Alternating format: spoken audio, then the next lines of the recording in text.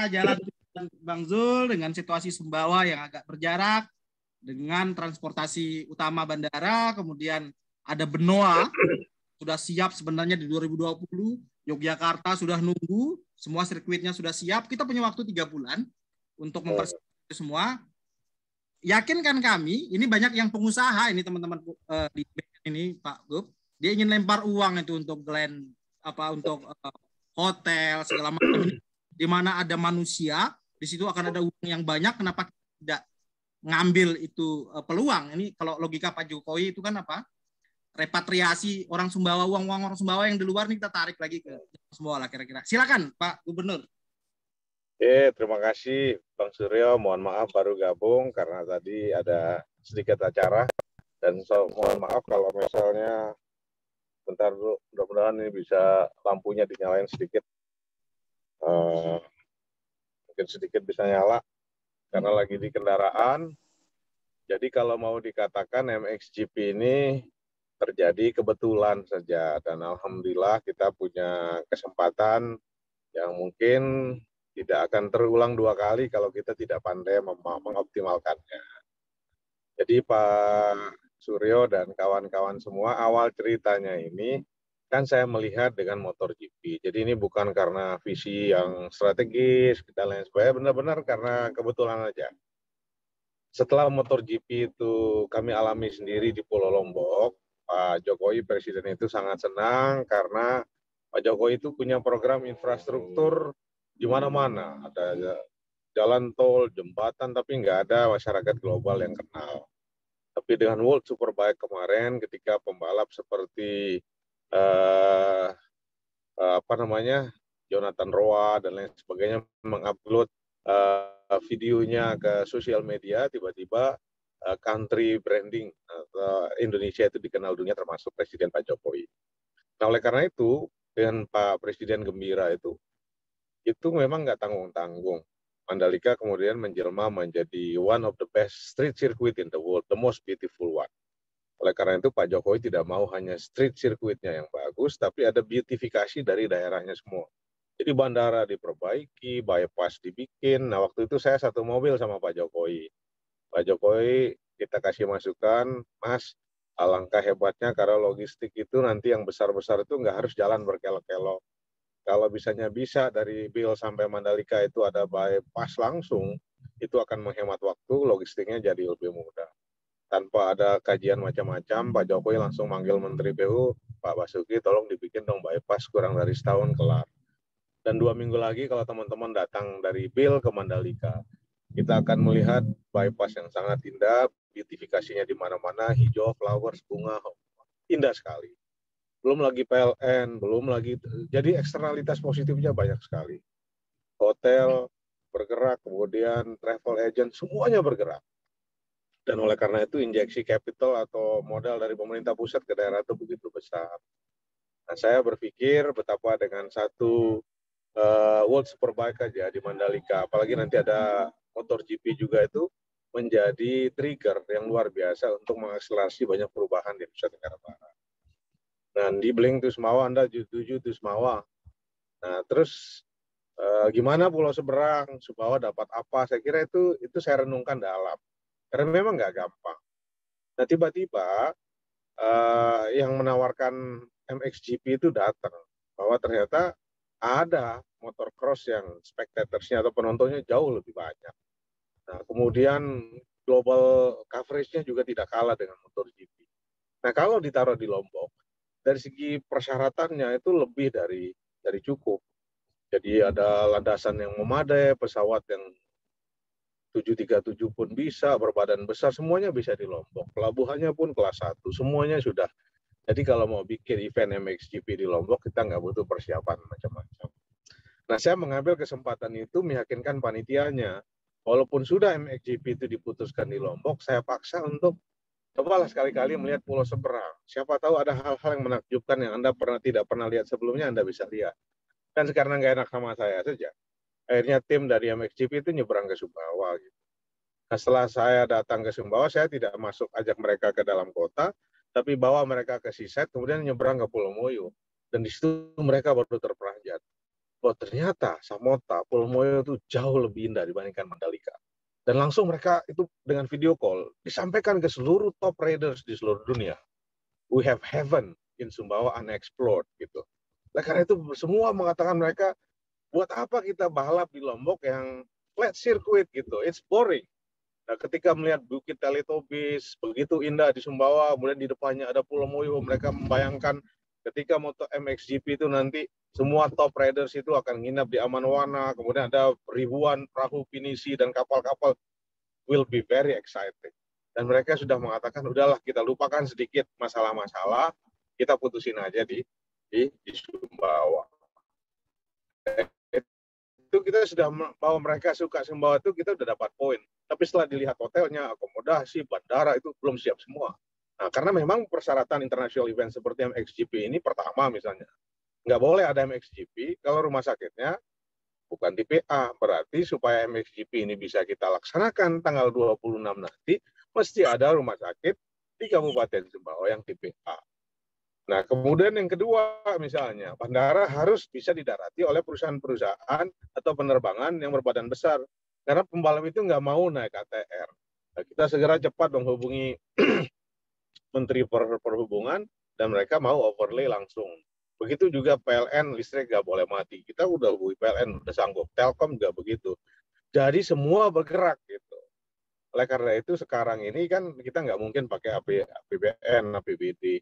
Nah, kita pokoknya tangkap dulu malamnya ketika saya ngomong sama infronnya itu di Monaco, saya jelasin tentang betapa event ini kami sangat serius.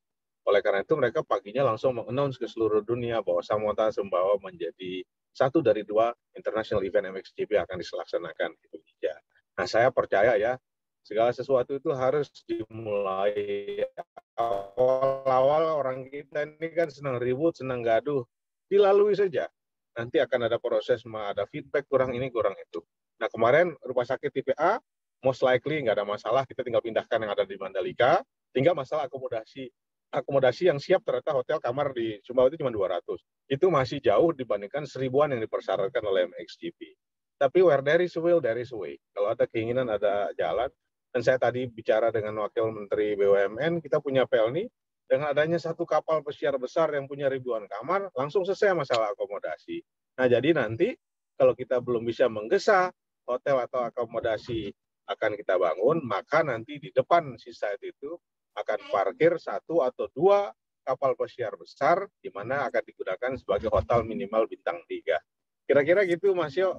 Dan saya sangat optimis ya, mudah-mudahan dengan semangat, kebersamaan, dan lain sebagainya, MXGP akan dilaksanakan 24 sampai 26 Juni 2022 di Samota di Sumbawa.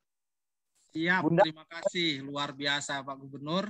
Banyak sekali yang terurai ya dari pikiran teman-teman. Karena membayangkan begitu besarnya ini seperti emas yang dibawa sama Pak Gubernur. Tentu orang harus menyambut ini dengan baik. Pak Gubernur masih ada waktu. Sedikit saja pertanyaan dari saya. Kira-kira silakan. Timetable-nya seperti apa? Kita punya waktu H-3 bulan. Di tengah benua sedang nusuk-nusuk juga ke IMI. Ada direktur IMI yang mengatakan Pak Edi itu. Saya mau bacakan aja bahasa Pak Edi. Karena 2020 itu kan sebenarnya di Bali itu. 2020 kosong, 2021 kosong. Kita mulai GP 2017, 2018 di Semarang, 2019 Pangkal Pinang. Ada catatan buruk juga Pangkal Pinang terkait.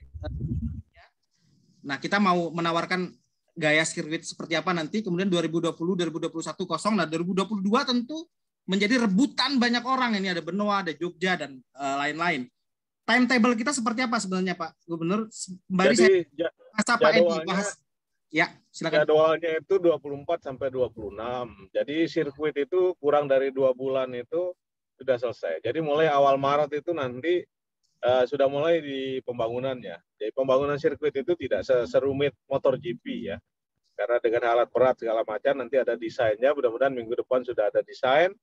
Segera akan dibangun awal Maret. Bahkan saya meminta kepada Pemda atau teman-teman Sumbawa itu tempat yang akan dilaksanakan sirkuit itu mulai dipasang umbul-umbul atau bendera dari peserta supaya kelihatan kemeriahan itu mulai hadir. Bahwa di depan itu mulai pasang-pasang bendera internasional, Sehingga sejak mulai sirkuit itu dibangun seperti MotoGP yang ada di Mandalika, saat itu juga Samota menjadi daerah yang akan dikunjungi oleh apa namanya para wisatawan.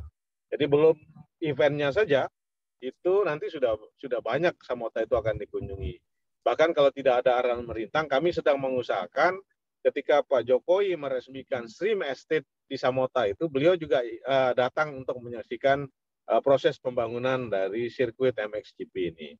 Nah, kami tidak begitu khawatir ya, karena menurut saya nanti sebelum MotoGP 24 sampai 26 ini nanti akan ada banyak pre-event juga, Mas Suryo. Pre-event itu yang bagaimana event-event yang related to motor dan otomotif itu dibikin di mungkin awal Mei itu di Doroncanga supaya Bima Dompu jangan ketinggalan.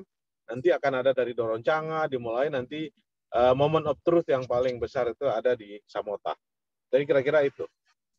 Mantap. Keren. Sembari Pak Gubernur di mobil ya, kita coba lempar ke teman-teman. Silakan.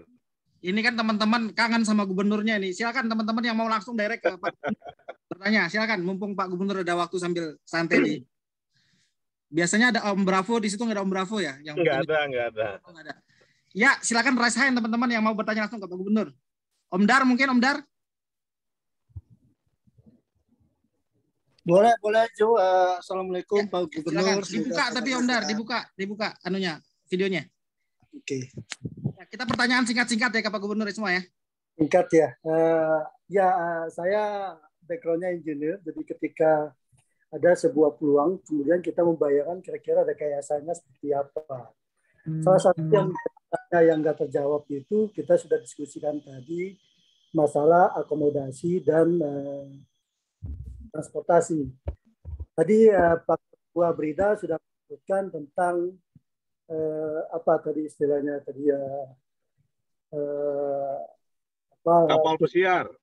Bukan itu Pak Gubernur, bahwa konsep akomodasinya itu adalah rural based tourism katanya gitu. Oke. Saya membayangkan kemudian adalah berubah dari bayangan awal bahwasanya akan datang 1.000 sampai 1.500 tamu asing yang membutuhkan akomodasi level bintang 5 dengan segala kafe dan segala macamnya, minum, mabok, ladies escort dan segala macamnya, kira-kira gitulah. Kemudian sisanya mungkin 10-15 ribu datang dari turis lokal kita. Nah, dari diskusi tadi, satu adalah belum ada struktur organisasi, kemudian kita lagi mengejar sebetulnya adalah komitmen atau bentuk perjanjian antara NTB dengan MSGP, pemilik MSGP itu atau FIM, sehingga kita ditunjuk gitu ya. Kemudian apa saya mau bilang, lalu kayaknya sisanya kemudian kita mengandalkan penonton lokal.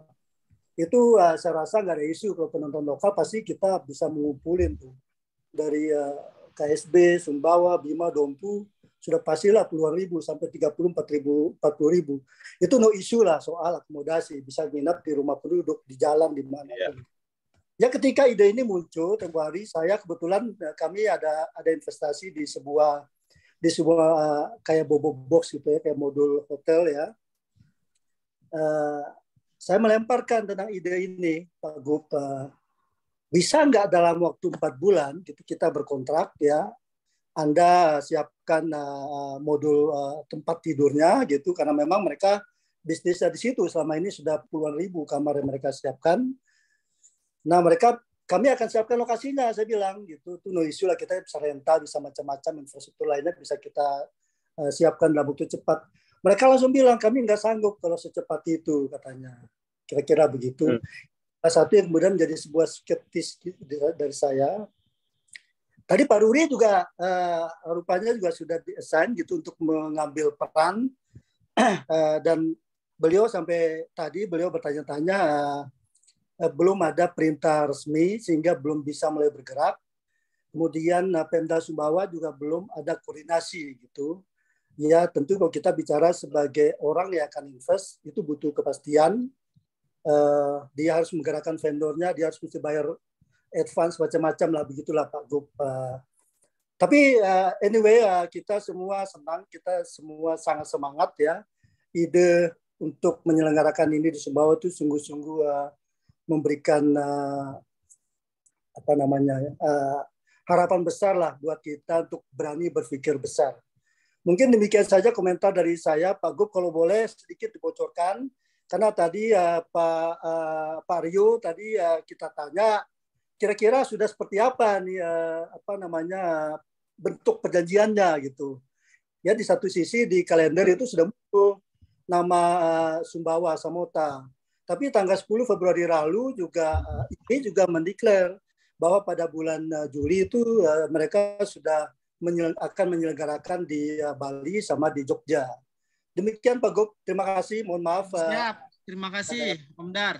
Satu lagi mungkin Pak Gub, kita manfaatkan waktunya. Satu lagi teman-teman yang mau direct ke Pak Gubernur. Assalamualaikum Bang. Pak.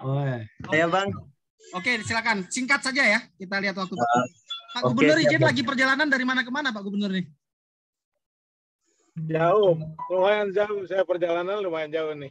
Oh siap, mantap. Oke, silakan Bang Jasman. Singkat. Ini Bismillahirrahmanirrahim. Terima kasih banyak Ustadz Suryo atas kesempatan yang diberikan.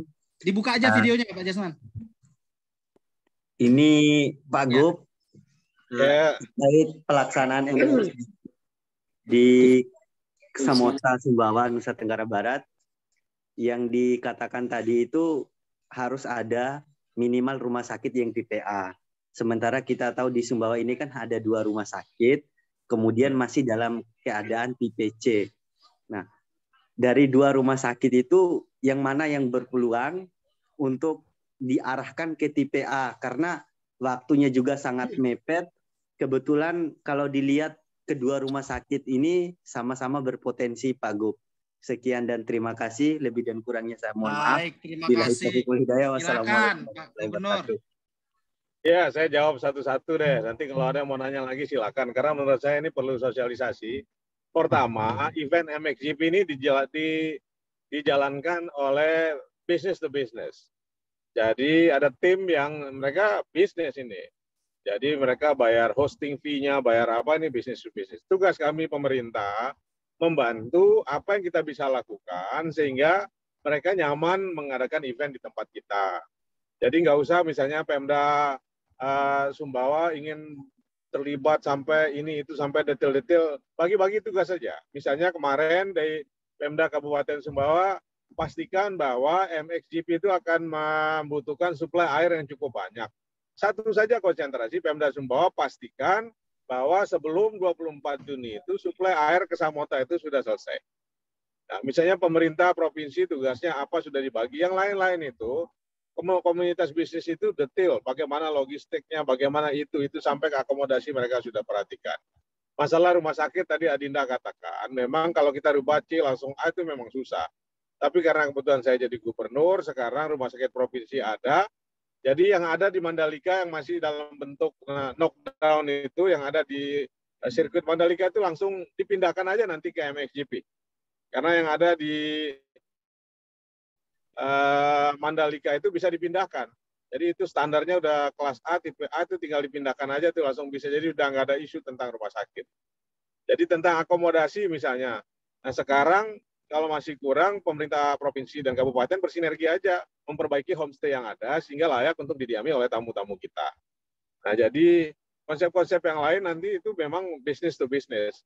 Karena pengalaman dari berbagai daerah, kalau Pemda pakai uang APBD nanti ujung-ujungnya akan berurusan dengan aparat penegak hukum.